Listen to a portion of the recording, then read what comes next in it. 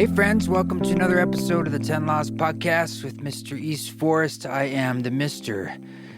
Thank you for joining us on these holiday solstice days. We just had a lovely new moon, I believe it was an eclipse too, Journey Space, inaugural Journey. I did a live stream performance that was super fun to do. It's always like a lot of work energetically to prepare for like such a thing, but it's really rewarding. And I felt like for the most part, it was really tapped in and I could feel everybody out there. So it's still on YouTube if you'd like to watch it. If you go to youtube.com/eastforestmusic, you should see the live ceremony. It's up there for now.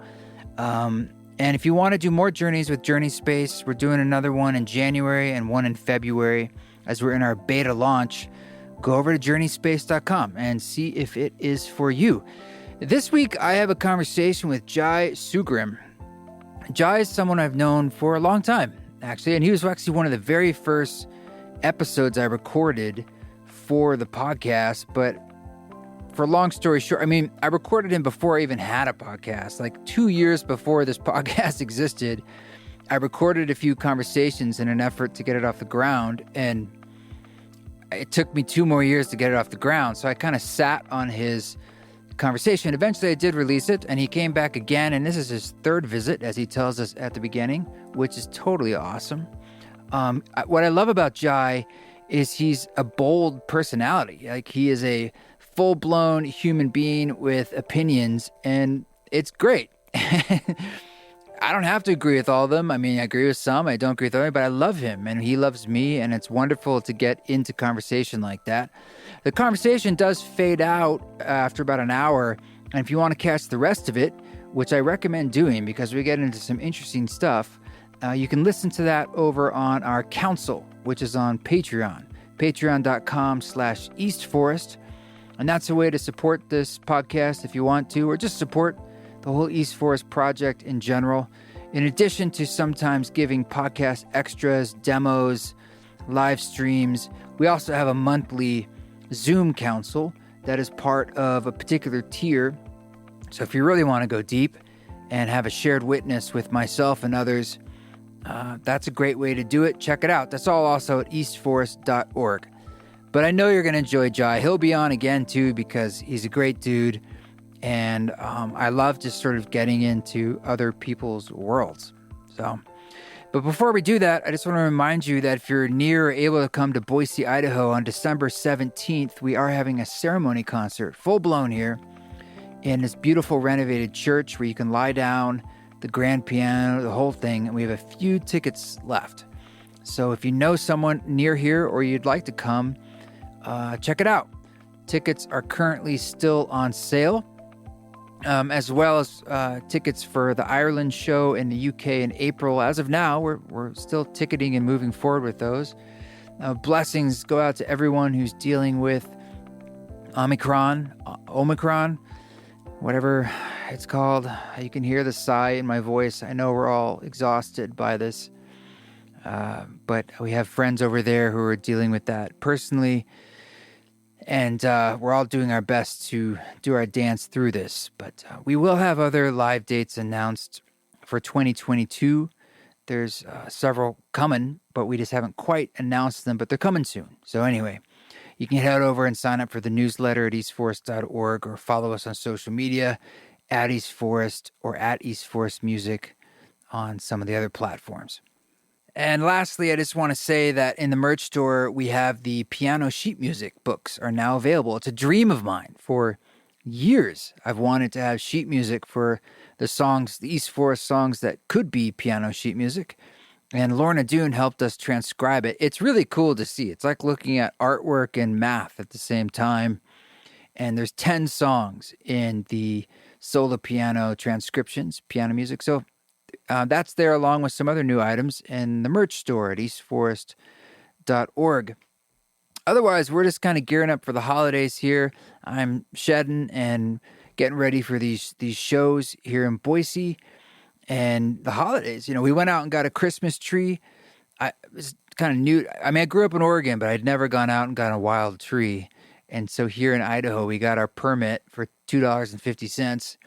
and looked at the map where they're like, this is where you can go, this is where you can't go, and went out and hiked into the woods and said our prayers and asked the trees to speak to us, which one is interested in gracing our home. The first one was a no. The second one was a no. And the third one was like, yes, but you can only take the top half. So we said, okay. And we took the top half and left the bottom to continue growing. And it was a beautiful experience. It was wintry, but sunny. There was a stream. And there's a ritual to that I quite enjoyed. Just like the full experience of, working with a tree in that sense. So thank you so much, tree. It looks beautiful in the home, and I walk over and talk to it and continue to give it thanks. And I feel like it feels good about its position in our home as well. Other than that, working on lots of music things, my friends. But I'm not going to bore you with more jibber jabber. I want to get into this much more engaging conversation with another beautiful human being. This is my dear friend, Mr. Jai. Mr. Jai, it's good to see you again. Yeah, man, it's good to be here. Yeah. For the third time. Oh, it's okay. I thought it was the third time, and I wasn't sure if it was the second or third, but my memory's bad. It just all blends into one meta conversation. So. Yeah, I did one of the earlier ones, and then we did one in 2020, and now here we are. Okay, cool. Well, so, sir, let's get we left, if I remember correctly, the conversation last time. You were pretty amped and excited and had a lot to say, and you were like, we need to talk about more of this, but it's been a bit. So without me saying we have to pick up directly from there, why don't you just give me like what's on the front line of your life right now? What's been going through your heart and your mind? Well, I'm 46 years old, and I'm back to the basics of my craft, right? Mm. It's a different body I'm in. I had to heal myself from disease and infection and treatment with serious drugs. My metabolism was zapped. So I figured out how to do that by going right back to the first thing I ever did as a kid, which is hitting the weight room and getting the cells, the mitochondrial density to come back. My energy for years wasn't myself. I wasn't fully myself after I left the jungle. I got a disease that almost killed me, and it ate your leg apart, right? Like it ate. Yeah, it's leishmaniasis, and it started eating my face and throat. And I chose an experimental drug which had a better shot of killing it. The FDA approved drug was 50-50. It comes back 50% of the time. So I took the experimental drug to not go through treatment twice. Like I didn't think I'd had the strength. I had to face all of my teachings that I was going around the world and giving. And I said, I'm going to go solid with this one. And I took a risk, and it strained my liver, and it killed the mitochondrial density in the cells. So to bring that back and to feel like a child in the laboratory, like there's just love for my practice. There's love for sharing it. It hasn't been the first time in 2 decades that I haven't traveled internationally. I've just been grounded myself, and I'm immersed in the local teaching and disciplining my mind, like going back to what works for me and hoping that the people of that constitution can connect with the way I want to share what I've learned over this long period of time, experimenting. Yeah. Are you missing the international? Or are you actually feeling the value of being grounded in one place? It's beautiful. There's an energy of, I think the whole world is learning the power of being local. And I feel like there's so much out of the one thing to pick up from the last conversation is your mind can get really riled up in these big ideas about the big government, about saving the climate and saving the world. But the actions you can take are the most local. So I've been exploring being a local teacher and having people come to me and digitizing the business to a point. But like you, as soon as the pandemic lockdowns were over, we got right back in. I just felt the need. It was traumatic to an extent for me to be locked down, especially with the illogical nature of them, and to be around, be proximal to people. Just it's what I was born to do. So to get right back to that around the local area made me really happy, and to feel like, you could stick your leg over your head. You can do handstands for minutes at a time, tie your legs in lotus. But to be back at square one lovingly and being able to do less in a bigger body, like regaining that momentum, not to conquer it or not to post a nice picture about it, but just because it's the most beautiful. Like I'm blown away. It's such a breathtaking practice to where it leads you. Um, so to share that and the experience that I have, like, I transmit it and I enjoy transmitting, and I see when it transmits to someone, it brings me, I tip my hat. I don't sit around and usually talk a lot after, because the job is done. It's vibrational. We can feel it. Like that day. Do you remember that event that we did in Union Square at Yoga Vita? You Was and I that what collaborated. was it called? Yoga Vita? Yeah, we did one in New York. We've done a couple, but the one in New York. Well, I remember Um, Jivamukti, yeah, and I remember Jivamukti in Berlin. yeah. I think we did one in Yoga Vita also. Because you took out your flute at the Yeah. end and you played in Shavasana.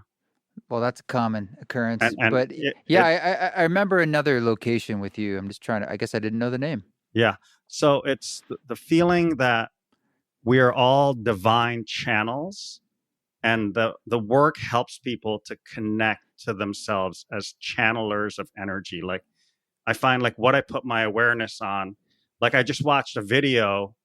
I kept my mind clean for like 7 days, and I watched a scary video of someone having an experience in Australia, and it threw my vibe off. So I have to be careful what I digest What and kind of how. experience? Like, what do you mean?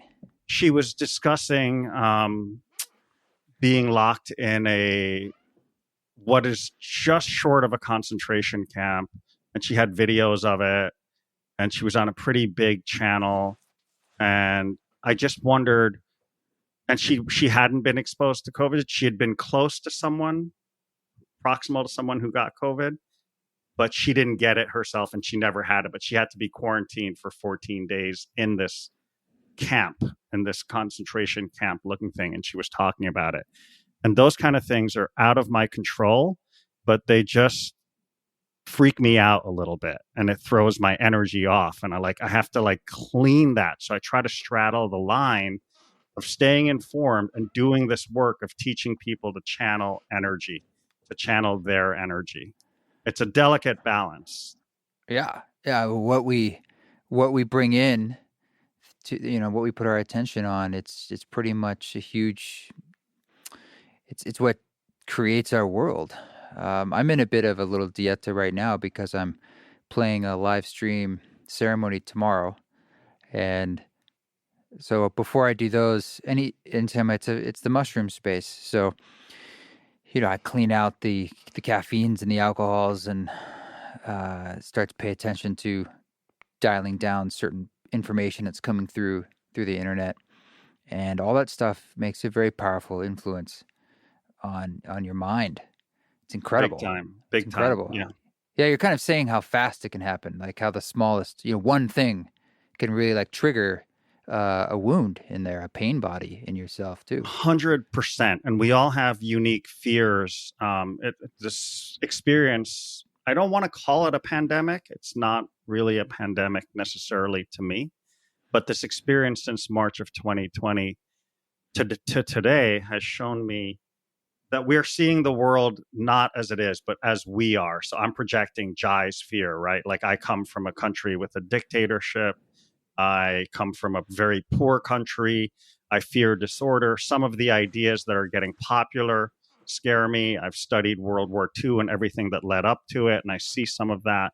So as a yogi, it's like you said, keeping your awareness where it needs to be, but also, you know, to not sacrifice your values and your principles are important to be.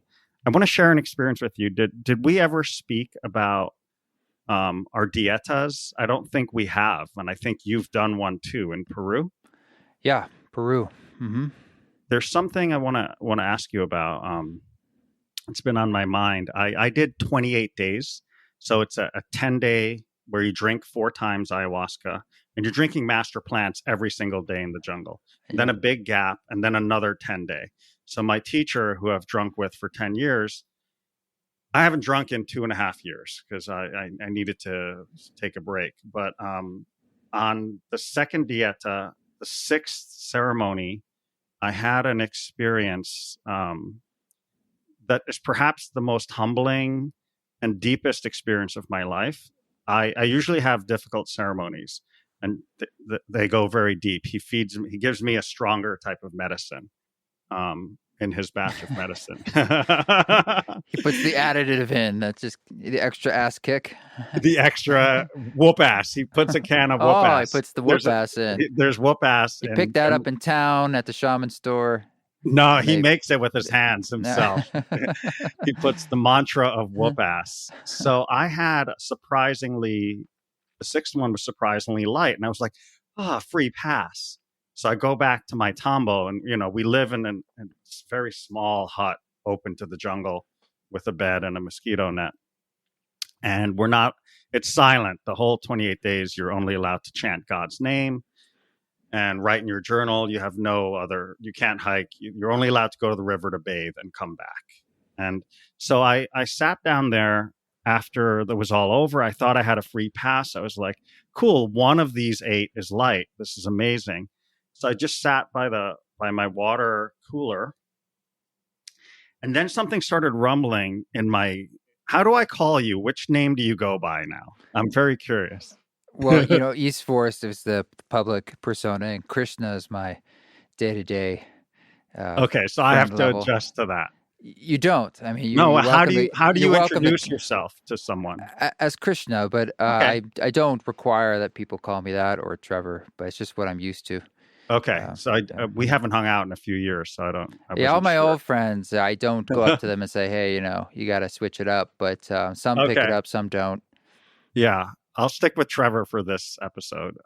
Whatever So works Trevor, for you. I'm sitting there, um, very happy that I had a peaceful ceremony, and something starts rumbling in my lower abdomen, and I immediately almost shit my pants. It starts to run up through the center. Now you have to imagine the master had us dieting a month before to clean out our clock, as you're cleaning out, you just described for this guidance you're doing. So I'm pretty pure after drinking 5 times. Like there's no physical impurity down to a grain of salt in my body. And he's fasting us. He's not giving us a lot of food. I came out like a high school boy. I lost so much weight. You're eating a fistful of rice or a fistful of quinoa a day and maybe 2 little plantains. So there's no physical impurity.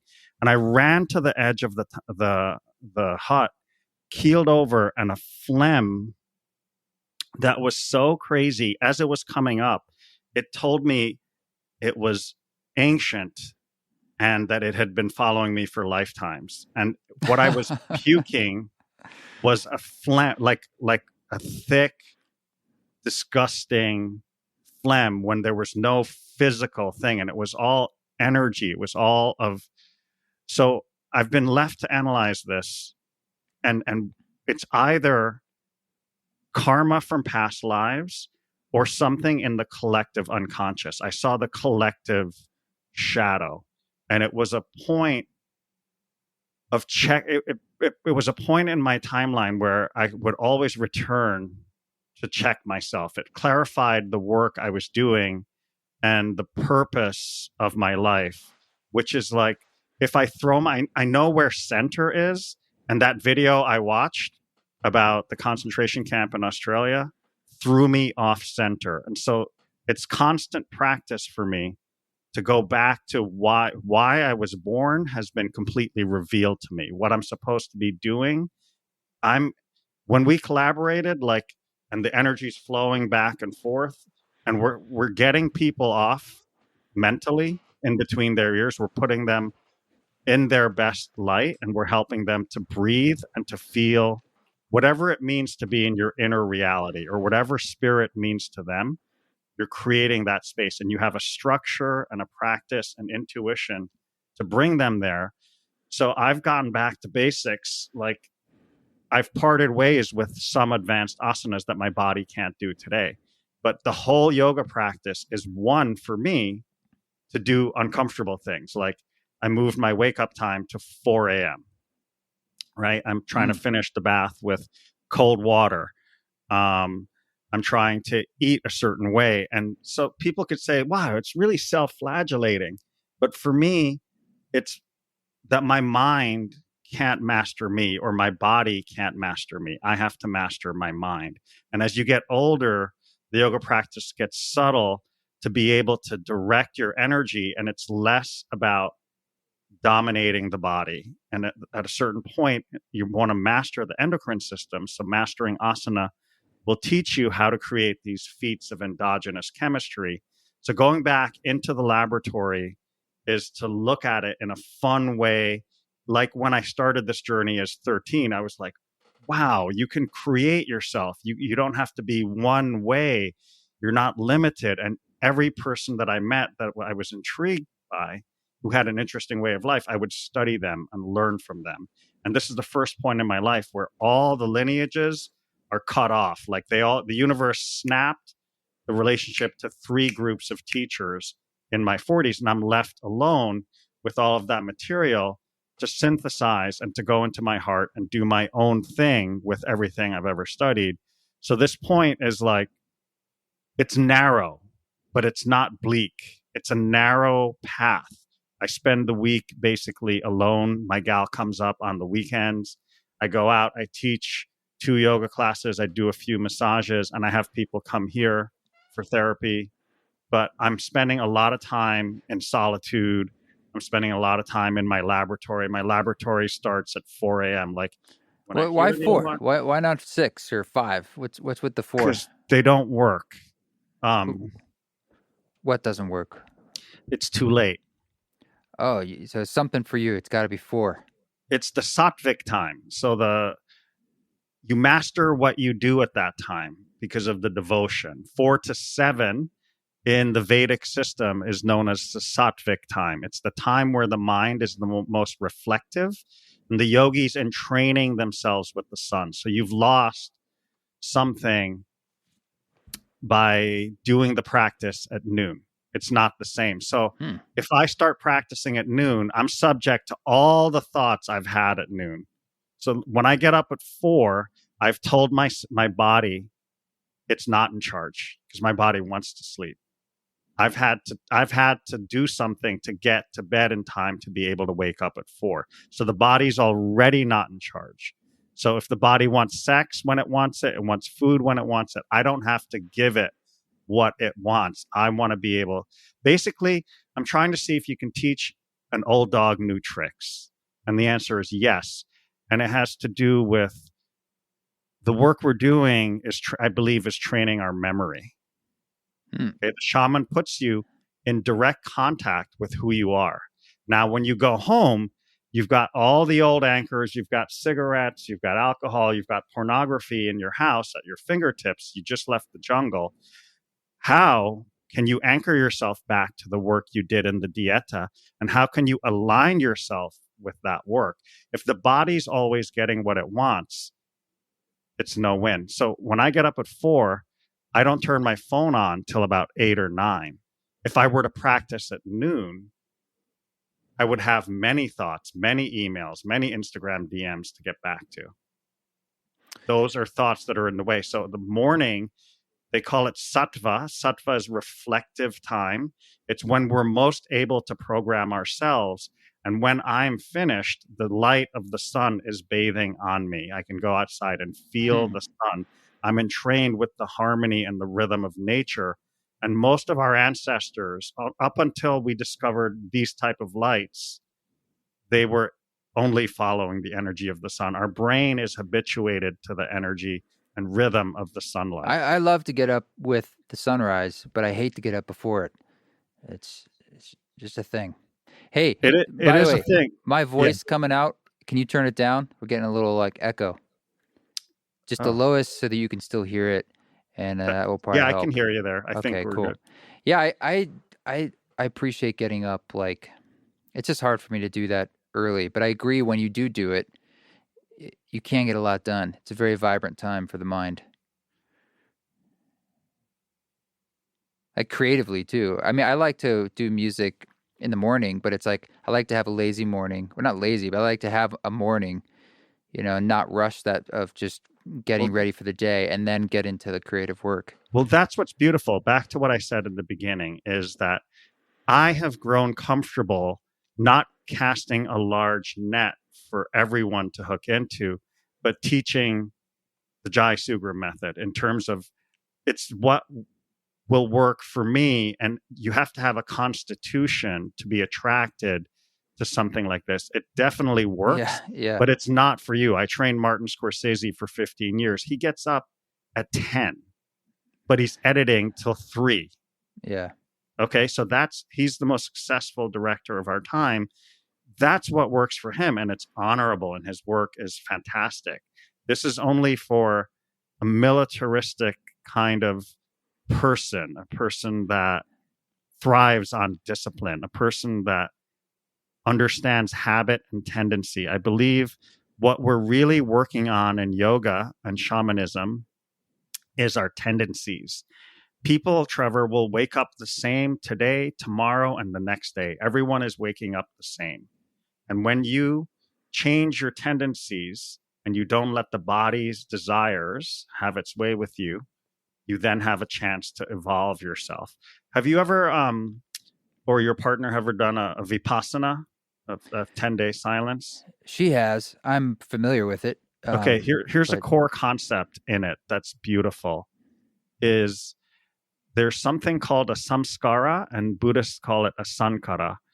It's an impression in the field of memory. So my mother's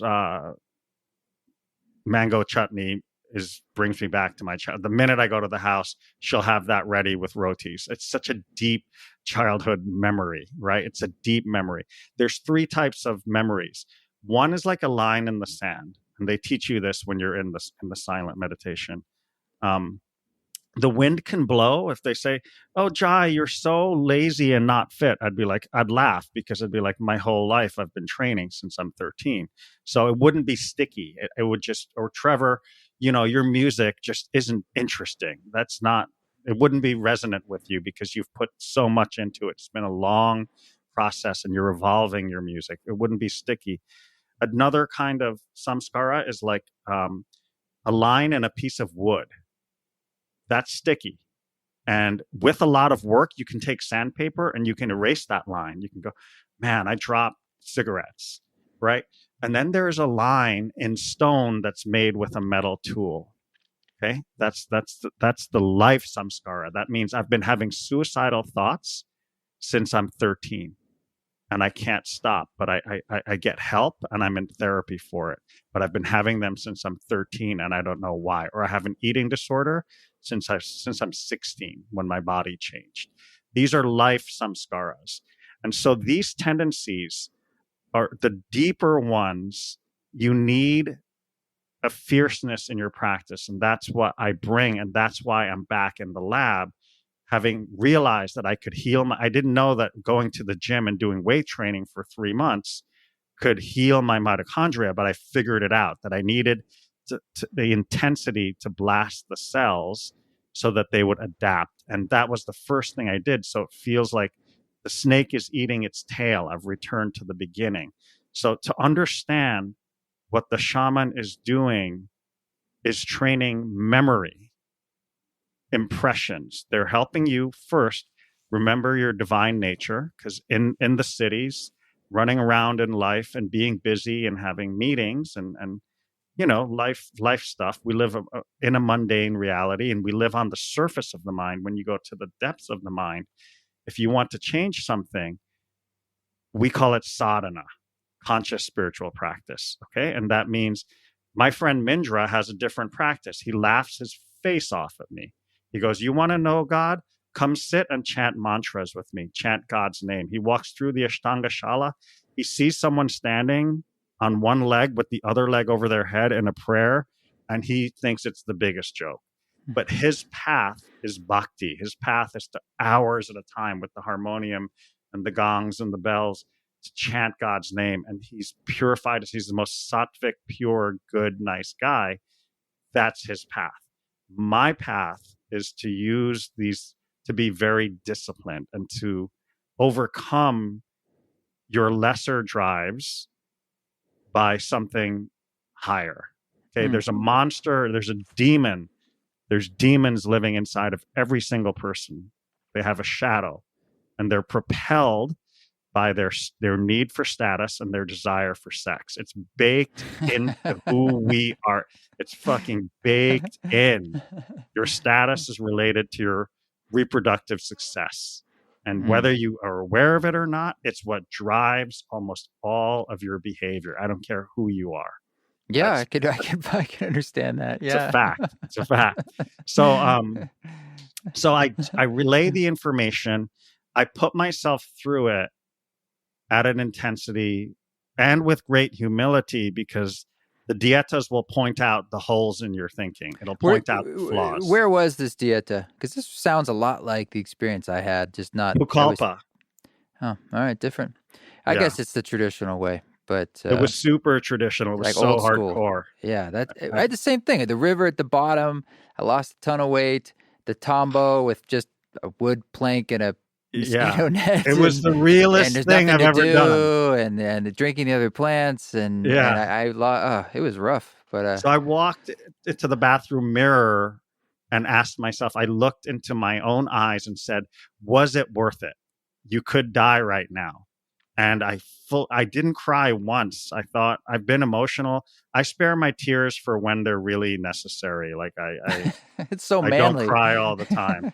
No, but I think it's important. But I think it's beautiful.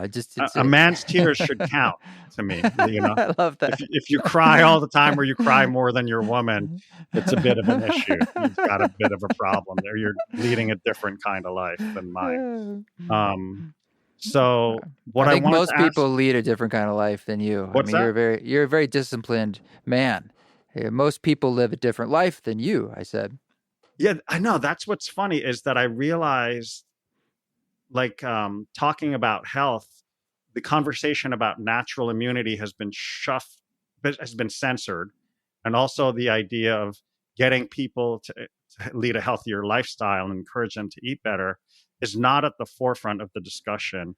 And so I realized I'm speaking to a small percentage of people, but in my maturity process is to embrace that and to not be corny and come off of what's most important to me. So I'll give you an example. I relay this information at the level that someone can hear it. I have a public space where someone can drop into a class and connect with yoga as it is, with a touch of my personality, but very little. It's just damn good vinyasa, breath-oriented, scientific practice. But then, like for the new year, I have a challenge. It's called the Vertical Departure Challenge. And it's wake up at 4, finish the bath with a minute of cold water on your head, practice for 1 hour with me, and then bathe in the sun for 15 minutes. And then your day starts at 5:45. Now, how many people are going to do that? You have to be like David Goggins doing yoga for that to be appealing to you. So what's that going to do? That's a spiritual boot camp. That's like a Navy SEALs. Navy SEALs suffer. It's not normal what they subject to, but they don't regret it. It's called Hell Week because it's hell. It's hell on earth. And most don't make it. A small percentage of them who make it, but those who do have changed themselves forever. I've influenced your samskaras. If someone finishes that challenge for the first 10 weekdays of January 2020, if you've had a hell of a 2021 and you surrender to my guidance for that, it's going to transform you. But I understand that it's not for everyone. And for what I'm saying is this is clearly scientific. The Buddhist technique is scientific. We have, before a memory of the cigarette, if you have an impure relationship with tobacco, as most people do, it's preceded by a sensation. You may not be able to feel it. When you meditate for 10 days silently, you're positive that it's body, or there's a sensation. So when they encourage you, when you feel sensation, just sit still, sit through it, be still, do not respond. And that means when the urge for a cigarette comes, you can meet it with discipline. You can meet it with, look at the well and the water and the well. Here's cigarettes. Here's you before your spiritual practice, before sadhana. When you do sadhana, spiritual practice, the water in the well becomes even. You can face the cigarette and say, maybe no, maybe no. And then when your sadhana gets higher, it evaporates and crushes. So it's completely scientific. It completely works. Mindra's way to chant God's name and to use music is to understand Shiva enough to where you are Shiva consciousness. You are God consciousness. This is a freaking plant. It's a powerful plant. But if you are one with God, why do you need to smoke cigarettes anymore?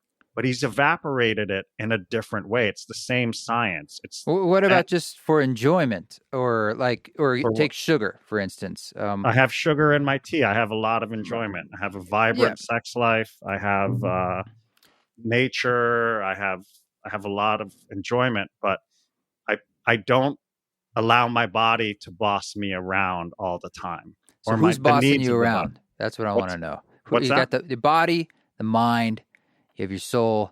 Do you see these as in any kind of hierarchy, or who's in charge? It's back to the dieta. It's back to the psychedelics. Okay. Yoga is slow and steady. My work combines yoga and shamanism. I'm not a shaman. I haven't had a formal apprenticeship from a shaman. I combine psychedelics with people at the right time. But when you go into that deep place, it's training yourself to be authentic. So I used to make fun of Gavin Newsom. I make fun of the president. I point the finger very easily at those guys and go, they should do this. If they cared, they should do this. But when I look back at me and I see honestly that if one or two Weasley little steps, I could be those guys. That's true. I could be misleading. I've lied. I've cheated. I've omitted and I've sent misinformation out about myself. I've put myself in a better light. That's the stuff that a spiritual practice gets you to check is what you're seeing. It's very horrible realization for all of us to realize what we see in the world is also inside of us. The hate for Donald Trump, I called out some of my clients, and that's a very bold, dark, hard thing to do because they pay me a lot and they sustain me. But to say the hate you're pointing at Donald Trump, yes, maybe he's not the finest human being. Who knows? I don't know. Mm. I've crossed paths with him once or twice, but I don't know him well. So the hate you're flipping out about, it's in your heart. It's hugs you probably didn't get from your dad or something, but it's inside of you. And so for me to get in touch with the nastiness, the addictions, the impure relationships I've had in the past with women, the unfair power dynamics, the self-aggrandizement I've gone through with being a celebrity trainer in my 20s and feeling like a young superstar, checking some of that and seeing it as part of the journey, but to be today, to know that I've got to be careful when I point the finger and I've got to allow things to be the way they are and to do the work of helping people to find what is real within themselves, given the structure of yoga, and to teach them how to lead themselves. Like I'm able to get up in my own house and not have to go to a yoga class. I've learned from kind teachers who've shown me how to lead myself. Where did I pick up the 4 a.m. thing? By studying the Sanskrit text, understanding why the Indian teachers get up at 4 and bathe in the river. Oh, that's the reason.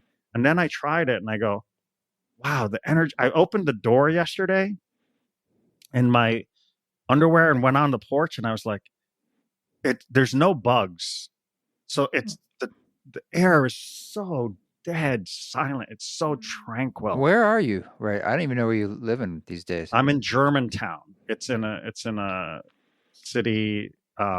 It's near Hudson, New York. It's about two and a Oh, half hours. I'm like a few minutes down to the Hudson River. New York State on the west side of the Yeah, Hudson. yeah, Okay, gotcha. yeah. So going out, that's becoming my time. And I'm not going to lie to you. It's not easy to wake up at that time every day, but that's what I like about it. I've won. So when other temptations come up, I've had a win to start. I don't have to do any asanas.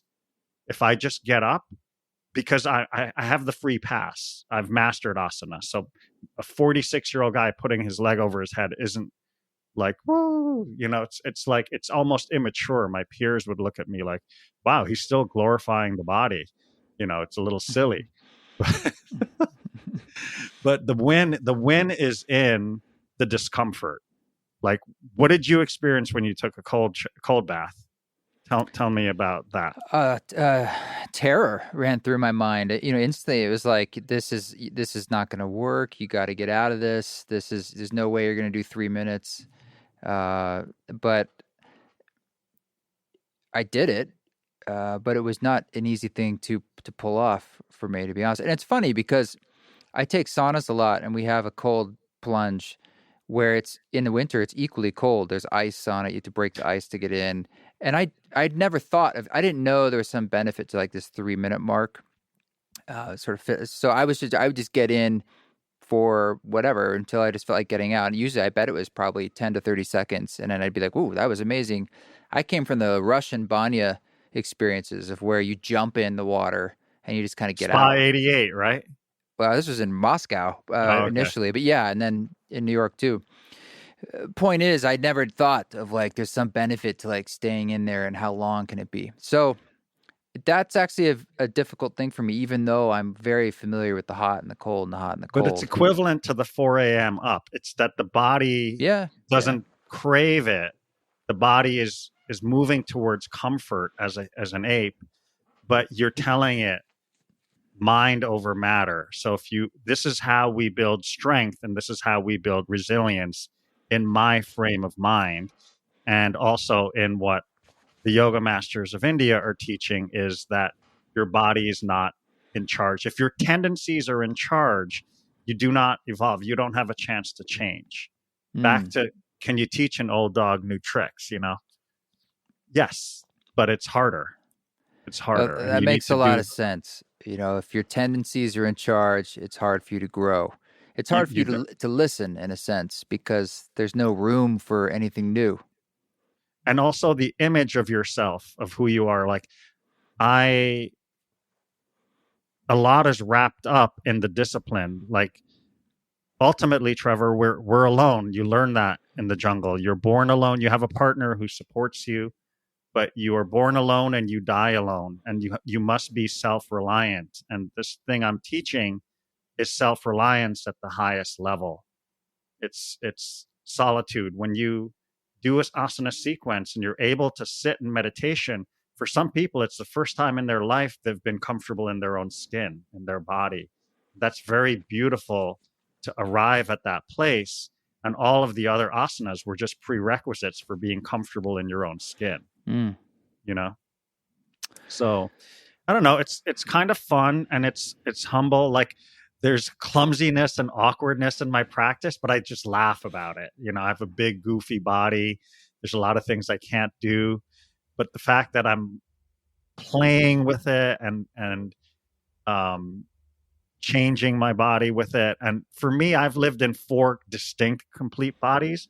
I think I'm about to enter the 5th, like different form, weight, capacity to move, things it can do, the way it holds itself, the structure, the fact that I still have all that wiggle room, and the fact that my game has gone on so long with my body is intriguing. Like, I'm now interested in aging well, not for vanity, but like, what are the mechanics and the Yeah. ways of eating and resting to have a good second half, right?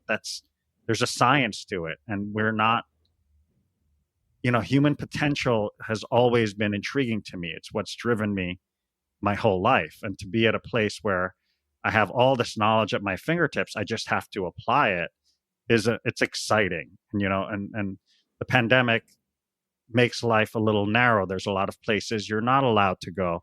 There's a lot of ways that I've never cooked this much of my own food in my entire life.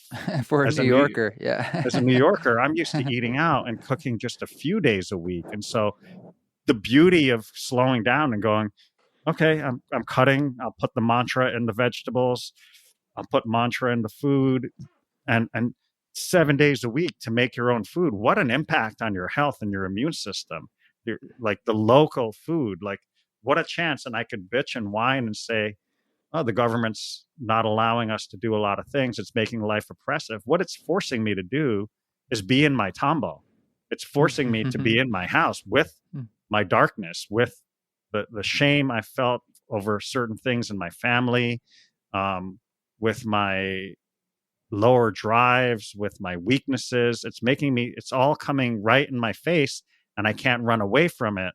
So in a way, it's an opportunity to do stuff that when you're very busy, it's just buried way, way underneath. Yeah. Are you still busy though? Even though you're, I'm sure. I mean, I'm guessing that's a bit of a choice, like that you could be really busy, or you'd have to dial it back intentionally. Well, business is changing. I don't, this has always been weird to me to be, I don't even call it, it's nice to have this cursory term, yoga teacher. But I actually embrace healer now. I used to think it was corny to call yourself a healer, but my hands are incredible intuitive tools. Like I've touched 20,000 bodies a long time ago. So if you have to What? imagine What does the that mean? intelligence in the hands from Oh, yoga assist, massage, and personal training. My job, I've started at age 20 as a personal trainer, became a massage therapist, yoga and meditation teacher, NLP coach. So I've always been working with people and always had my hands on them. So to do that work and to be able to touch someone's body and intuitively know where the blockages are and how to release them is it's an incredible thing. Where were we talking before that thread? What were we talking about? oh, you were just. I mean, essentially, you were still answering my very first question, which might be the longest prize for asking me what's the edge of what's going on for you. And you're talking. You're talking. So I mean, we brought it all the way full circle to now, and how for you, it's a process of sitting with yourself and sitting with what's inside, and you're in some ways conquering demons and strengthening muscles of all Yeah, shapes and sizes and yeah. learning a lot about yourself as you're moving into a new phase, it sounds like, of being, of your Each life. decade takes time to adjust to. I feel like I'm finally hitting the groove of 40s, like and like a new place of comfort with myself that I didn't have before. There's things I've been embarrassed about that I've never shared with my previous partners, things about my origin, things about my family. And this is the first time in a relationship where things just come up and I'm not hiding stuff. And it's such a relief. I didn't need to unload it on someone to feel comfortable. I just sort of grew into that space, and the space she holds for me, my partner sang, is that I see you. She doesn't say it like this, obviously, but it's that she sees who I've become and who I am. And we have tremendous respect for each other. And the things that I judged myself for and my family are actually quite common. They're not so far out. Once you work with human beings for 2 decades, you understand that every family has these sordid stories. And if you have 4 kids, they all don't turn out perfectly, right? But I've been hiding parts of myself and showing the good. And so for things to be open and exposed and for her to not judge me about it makes me relax. Like, wow, I'm not like this outcast, I don't need to be embarrassed about myself. And that's something that's been hiding. It's a Mm. demon back here. I ran away from America in 2013. I went to India. I pretended it was to study yoga, but it was a big escape from the media. Um, I did a TV show that was just about to blow up, and the station hired a PR firm to get me really out there. And I have a brother who is a bad guy, and has done some very bad things, heinous crimes, and Mm. they blew up at that time in the media, and I wanted to not be around for that. And it's something I've run away from. I haven't spoken to my brother in 10 years, and he's Wow. behind bars for life. And so to use the practice to go into these spaces that are shadow, that are like underneath everything else. Like there's a veneer that we put out on social media. There's the beauty of the practice that we can show, but the practice is a tool to go under. And for me to go, wow, your brother, Jai, could be a split off aspect of your own psyche. You share DNA. Maybe you're a murderer too, but you just have it under control. You have it balanced. You just love to serve people, and to explore all those dark spaces and edges within myself, and to then have a partner that doesn't make me feel ashamed for this is deeply healing. I could get emotional about that. I can love myself, and to see that that person's decision or journey is not necessarily my journey, right? So the practice, getting up early, is honest. Getting up before the sun is raw. It's like my life. Fuck everybody else. Fuck everything else. It is my life. It is not time for Instagram. It is not time for the news. It's time for me to sit with this cup of tea and iron out my dog shit, because there's a lot of it in everybody. Every day, it's got to iron out the dog shit in the morning, You or got to, man. You got to. Is it? Like I said, it's me getting in touch with yoga as I see it. BKS Iyengar taught Iyengar yoga. It's his name. Patabi Joyce, he called it the Ashtanga yoga method. He was teaching Patabi Joyce yoga. He modified what he learned from Sri Krishnamacharya, right? Everybody is going to filter it through the lens to an extent of their story and who they are. You're always getting a filter. The music is coming through your childhood a little bit, your journey, your karma, your ancient soul. You may have been a musician or a shaman in a previous life.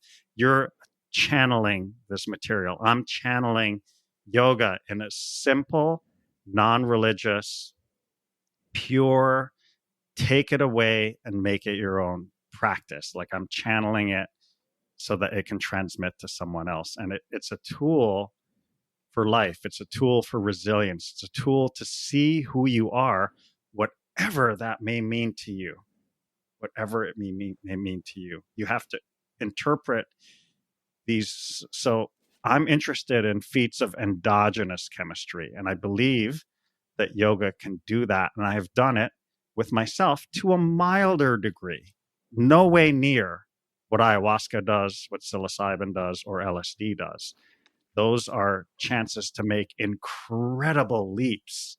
And then if you go into a psychedelic experience and you see God and you come home and you don't have a practice, it can be frustrating for someone to come home and to not have a container to discipline yourself and to work with your bad habits. You can go to hell. It can be really, really, really tough. So I never recommend psychedelics without having a practice first, even though a lot of my friends have succeeded with the psychedelic first. It's just not something I'm comfortable doing. I like to pair it, like when you're done, what are you going to do? Are you going to chant God's name on the harmonium? Are you going to do asanas at 4? Are you going to take a cold shower every day? The point is, if you die every day, you understand what life is about. and your life breeds weakness if you only do things you like.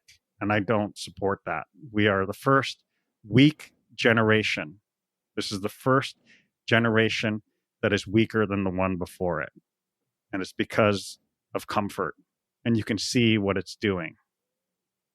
So the call is to explore your edges through a little bit of self-discipline and to not always do things that you like. So I find things that are like right now, I hated my whole life running in the cold.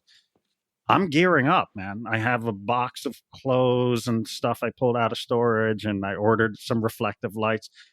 I think when it's 10 below, I'm probably going to start running a little bit, even if it's 2 or 3 miles at 4. And like a madman, I ordered the vest so someone doesn't shoot me. We're in a very like, it could be like, who's this brown guy running around on the streets at 4 a.m? Like, I just want to cover all bases. You know, and the only reason I'm drawn to it is because it's a bitch. It's because it sucks. It totally sucks the big one so bad that's why I'm so excited about it. And I know I'm going to hate it.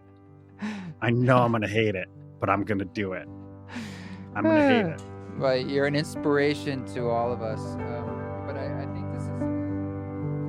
Thanks, Jai, for coming on the show again. I look forward to chatting in the future. And if you want to hear the rest of our conversation, which I highly recommend, you can go over to our Patreon at patreon.com/EastForest. That is to join the East Forest Council on Patreon. And you'll get to hear the full conversation with Mr. Jai Sugrim. He's a great dude, and we got into some more interesting subjects. So thank you so much. This song that you're hearing in the background is called Bones, and it's featuring Bayo Akomolafe, and that is from the Possible album. You can listen to that wherever you listen to music, and the vinyl is also available in the East Forest store at eastforest.org. Thank you to everyone on our council who is supporting the podcast and the project. Thank you very, very much. And thank you to everyone who has reviewed the podcast on iTunes, where you can give the podcast 5 stars or a written review, as well as, everyone who reaches out and sends sweet messages and shares clips and things like that. I enjoy doing this walk together. I will catch you next week. Until then, you keep walking your walk, don't take any shit, and if you do it with grace. And now saying, look, I'm right over here. What do you do with me?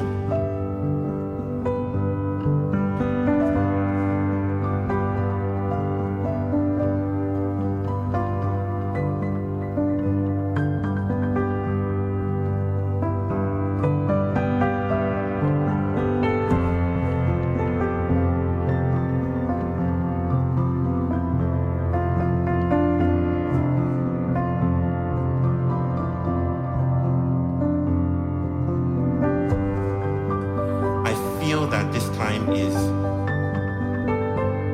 uncovering bones.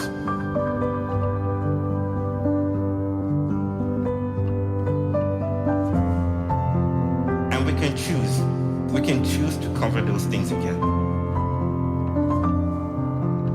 Or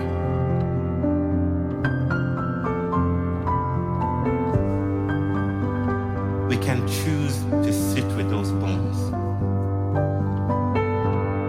To do the hard task of meeting beings that we don't know how to meet.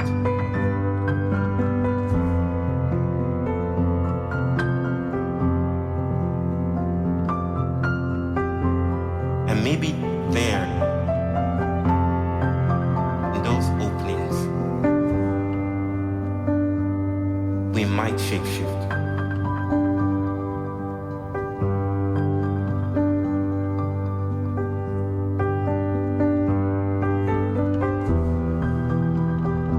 Stay with these shadows that are now showing up.